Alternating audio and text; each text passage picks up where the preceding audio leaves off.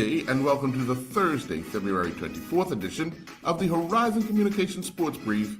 I'm Earl Baisden. The Bermuda Hockey Federation is excited to introduce new coach Kevin Moodley. In his first interview in Bermuda, Moodley appeared on the IslandStats.com sports show last night. He was asked to give some insight into his portfolio.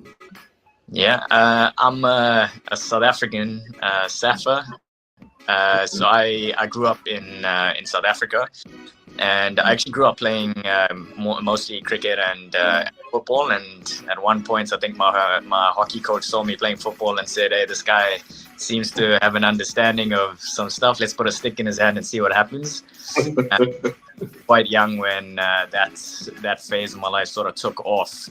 So I then ended up playing like hockey throughout school, and I actually left the country to go and live in India when I was 15.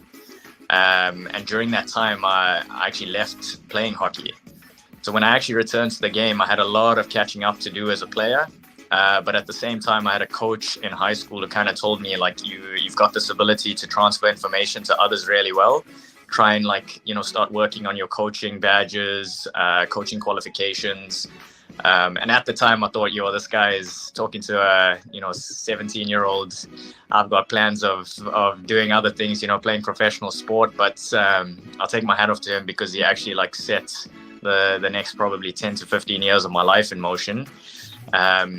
And I was able to return to South Africa and start that journey, start that process at school level, into club level, eventually went to provincial level. And about 6 years ago, I was introduced to a company called Sportways, which is a massive Dutch coaching organization. And they are kind of like world leaders when it comes to growing the game in other parts of the world outside of Holland, investing in coaches, investing in the development of hockey. And that's been a massive factor in me loving the game so much more, exposing myself to different environments and structures. And then it led me to Bermuda. Bermuda cyclists Connor White, Liam Flannery, Xander Miller, Nicholas Narroway, and Dominic Mayo continued racing in the Volta Independiente National Cycling Race in the Dominican Republic. On the third day, the cyclists competed over a distance of 156 kilometers. The day saw the top 58 riders all record the same time of 4 hours, 11 minutes, and 27 seconds. Miller was the top Bermuda rider on the day, crossing the line 46th. Narroway crossed the line 53rd, with the next group of riders from 59th through 84th all finishing 31 seconds behind the lead pack, clocking 4:11:58. White would lead that group in 59th, Flannery finished 67th, and Mayo finished 105th, clocking a time of 4 hours, 13 minutes, and 52 seconds. Miller now leads the Bermuda team overall and currently sits in 31st place with a total time of 12 hours, 44 minutes, and 1 second. White is in 34th overall with a time of 12:44:32.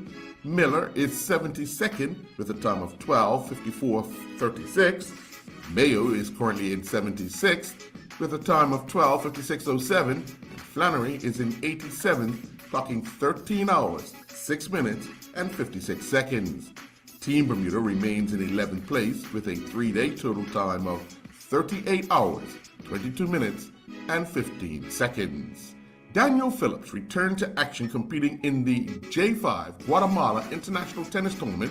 He is now competing in the doubles. Phillips has teamed up with IT Vashtin from Israel.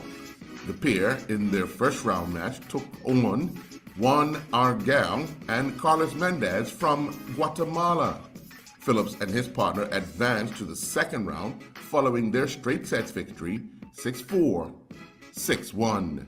Meanwhile, Bermuda's under-14 boys team of Zach McGuire, Tobiah Goodchild, and Johnny Bart were back in action for the second time in a Group B match at the ITF Junior World Championships pre-qualifier in El Salvador. Bermuda took to the court to face off against the Dominican Republic, and they would go down 3-0. Bart once again took to the court first to play in the number 2 singles spot, and he would go down in straight sets, 6-love, 6-3. Maguire would then play in the number 1 singles spot, and he would fall in straight sets, 7-6, 6-1. The Bermuda doubles pair of Bart and Maguire went down in straight sets, 6-3, 7-6.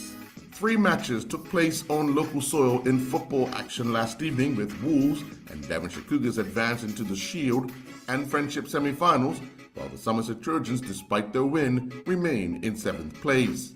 At the BAA Field, Wolves defeated St. David's 2-1 in their Shield quarter-final battle. Also at the BAA Field, the Devonshire Cougars advanced to the semi-finals of the Friendship following their 4-1 win over Crossroads. At the Somerset Cricket Club in Premier Division action, the Somerset Trojans defeated the St. George's Colts 3-1. A day after bringing you results from several Bermuda footballers teams in the UK, today we bring you another update from 2 Bermuda players in the UK and Bermuda's only professional head soccer coach's team's match last night. Willie Clemens, Reggie Lamb, and their Stowmarket teammates advanced to the 3rd round of the Turners Hyundai Suffolk Premier Cup following their 3-1 win over Ipswich Town. Clemens would get his name on the score sheet, finding the back of the net in the 68th minute that would give Stowmarket that 3-1 lead. David Bascom's Baltimore Blast defeated Utica 9-5 in their makeup match to improve to 8-5 on the Major Arena Soccer League season. Daniel Augustus took to the course for the first round of the Battle at the Bear, which is on the Florida Elite Golf Tour. Augustus shot an opening round 1 under par 71. His first round consisted of 3 birdies, 13 pars, and 2 bogeys. Yet another Bermuda Bull Hockey Winter League doubleheader took place at the PCC Hockey Rink, with a total of 19 goals scored between the 2 matches. In the opener, the Outback defeated Positive Image Dental 4-1, while in the nightcap, the BDA Spirits defeated Appleby 8-6.